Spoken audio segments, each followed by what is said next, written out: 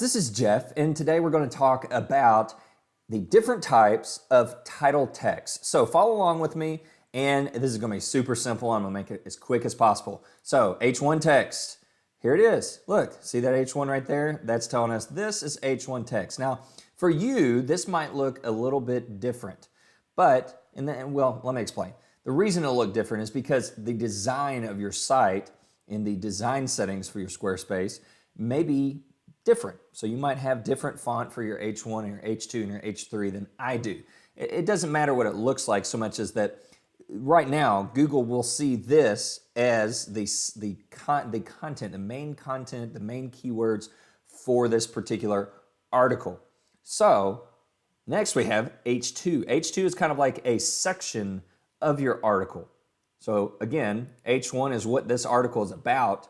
Then the section is going to be more specific on what that section is about. So, this section, tip number 1, is going to be more about discovering keywords, whereas section 2 here is going to be more focused in on including keywords in your title text.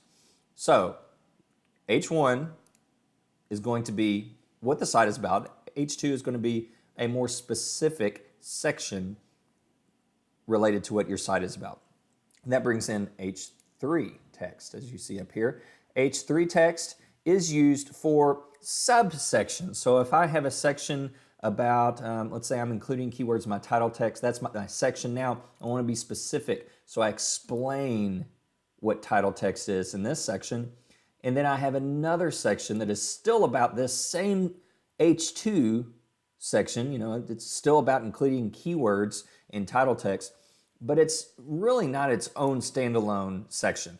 It's a subsection. So H3, simply put, is your subsection. Quick recap of that. H1, that's your main keywords for what your article is about. H2 is your sections of your article. H3 is your subsections. And then lastly, there's normal text. Normal text is just the body.